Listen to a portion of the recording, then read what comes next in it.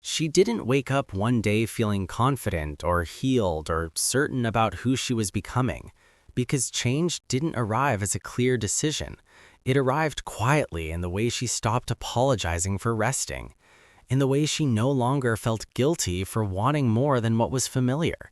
And for a long time, she thought something was wrong with her because she wasn't moving as fast as everyone else, because her life didn't follow the neat timeline she had imagined in her early 20s.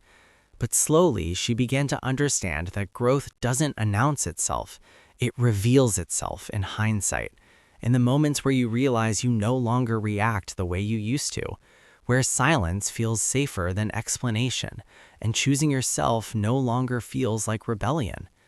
She started noticing how much energy she had spent trying to be understood, trying to prove that her pace was valid, her choices reasonable, her pauses justified. And one day, she simply stopped. Not because she had all the answers, but because she trusted herself enough to move without them.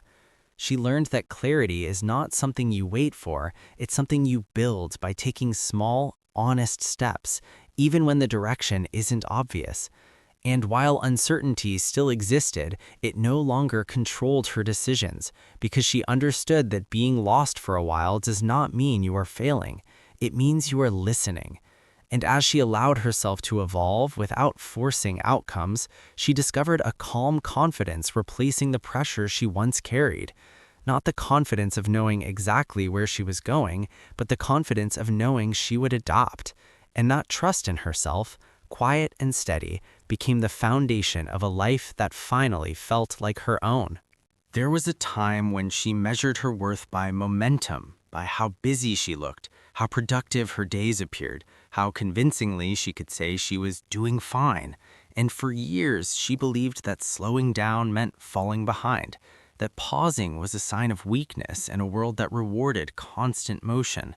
But gradually, she began to feel the cost of that belief in the quiet exhaustion that followed her, even on days when nothing went wrong.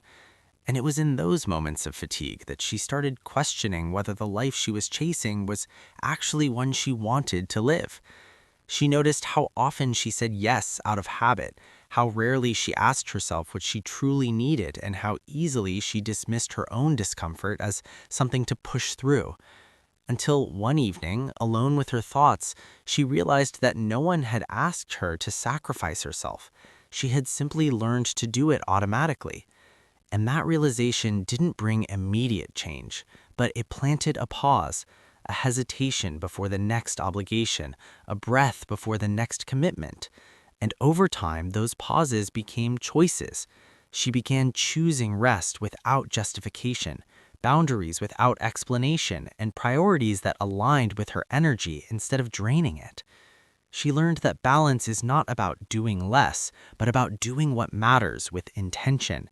And as she released the need to be constantly available and endlessly capable, she felt a quiet strength return, not loud or performative, but deeply grounding, because she finally understood that her value had never been tied to how much she carried, but to how honestly she lived within her limits, and that honoring those limits was not giving up, it was finally showing up for herself.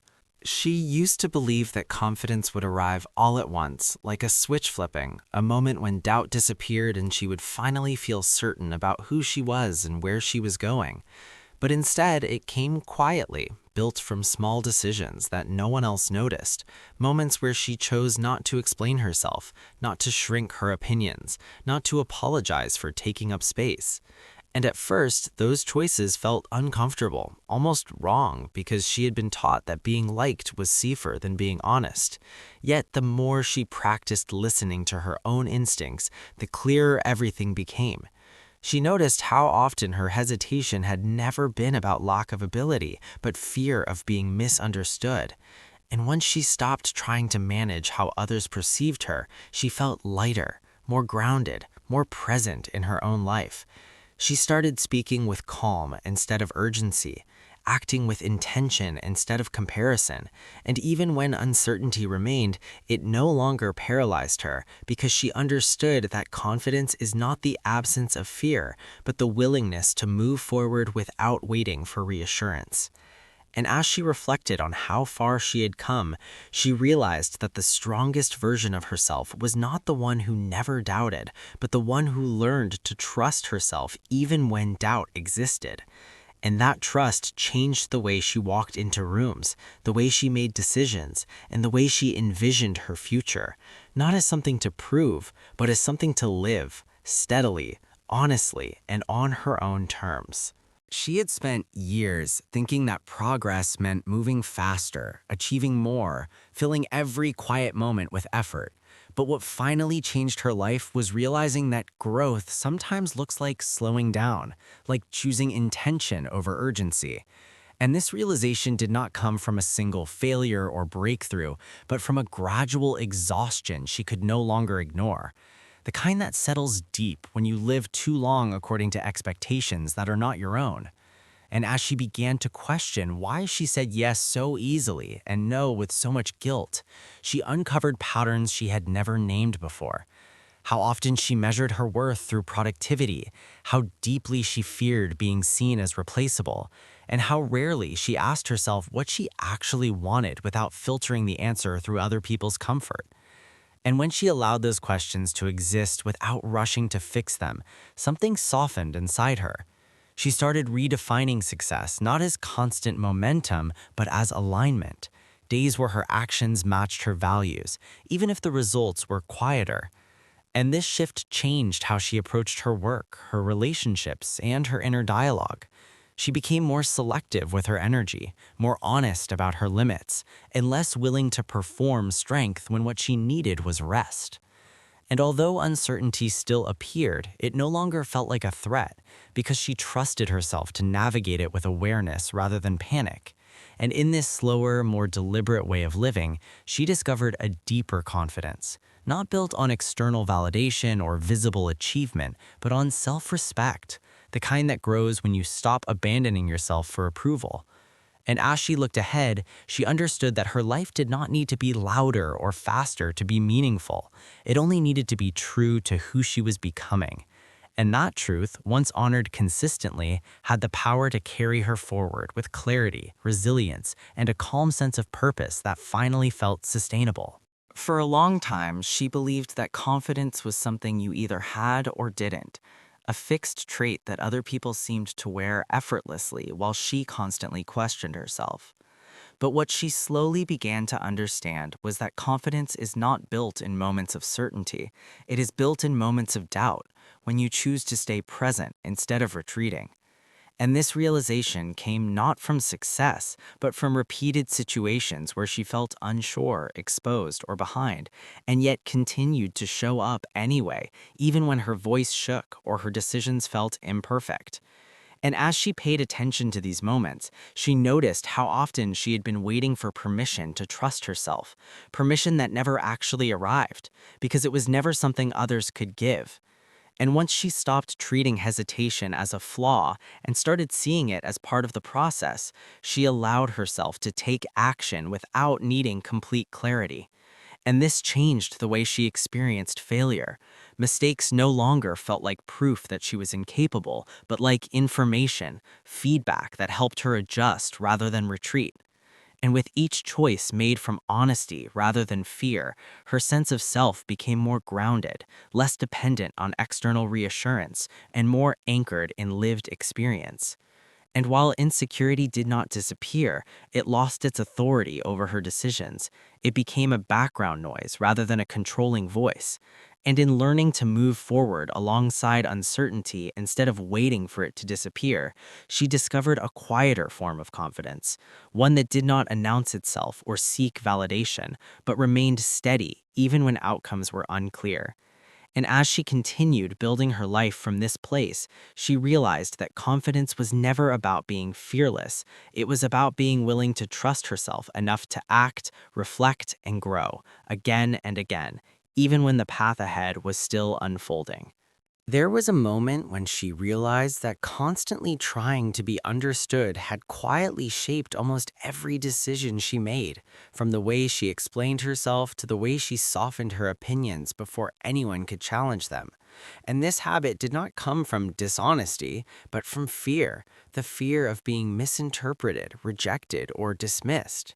And over time, this fear taught her to over-clarify, over-justify, and over-perform emotional labor that no one had actually asked for. Until one day, she noticed how exhausted she felt after even simple conversations, because she was not just speaking, she was managing reactions, predicting discomfort, and preemptively defending her intentions.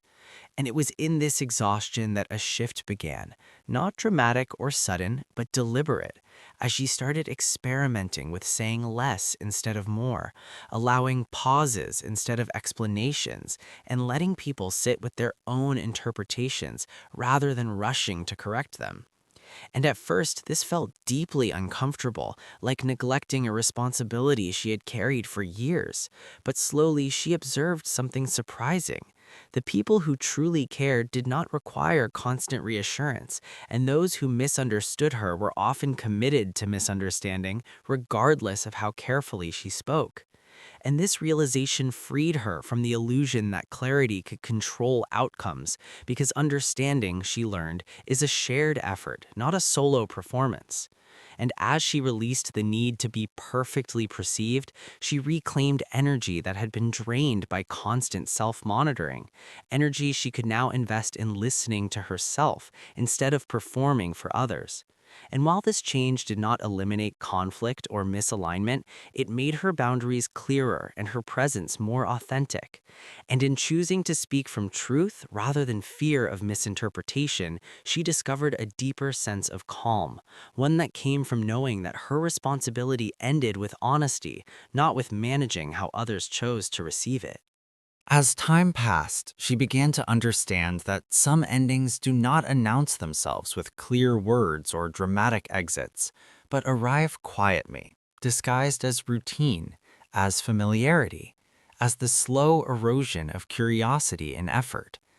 And this realization unsettled her because it meant that what she had been calling stability was in truth a kind of emotional stillness that asked very little of her, but gave even less in return. And once she noticed it, she could no longer unsee how often she stayed silent to keep things smooth, how frequently she postponed her own desires to avoid disruption, and how easily she convinced herself that wanting more was unreasonable or selfish. And yet, beneath this careful composure, there was a persistent sense of disconnection, not loud enough to demand attention, but steady enough to drain joy from moments that should have felt alive. And instead of confronting this feeling immediately, she observed it, letting it surface in small ways, in the absence of excitement when making plans, in the relief she felt when expectations were low.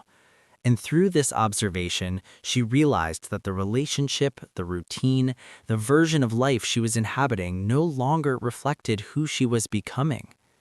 And this was not because something had gone wrong, but because growth does not always move in parallel lines, and accepting this truth required more courage than pretending everything was fine, because it meant acknowledging that comfort had quietly replaced connection, and that loyalty without fulfillment eventually turns into quiet resentment.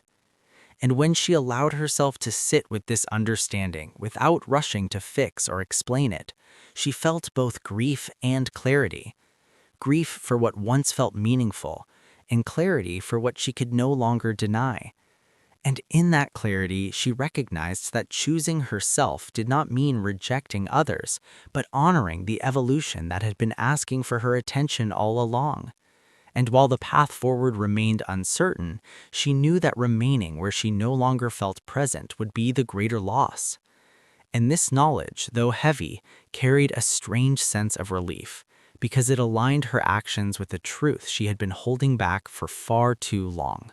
In the days that followed, she did not rush to make declarations or dramatic changes, because she understood now that real transformation rarely happens in a single decisive moment, but unfolds through a series of quiet, intentional choices.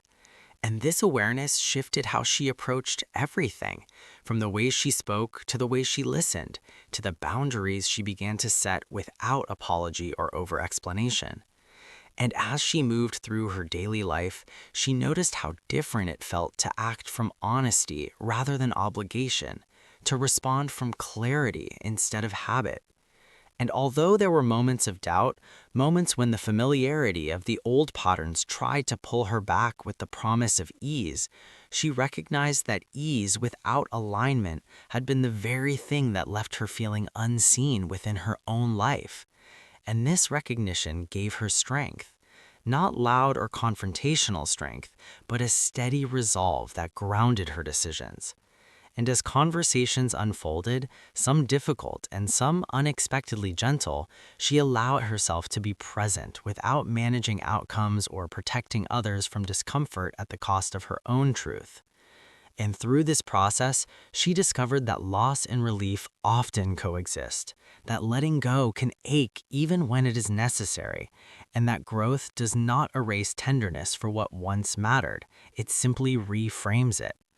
And by the time she looked ahead, imagining the life she wanted to build next, she no longer felt urgency or fear, but a calm readiness, an understanding that she did not need to have every answer to move forward, only the willingness to remain honest with herself. And in this honesty, she found a sense of wholeness that did not depend on validation, approval, or permanence, but on presence.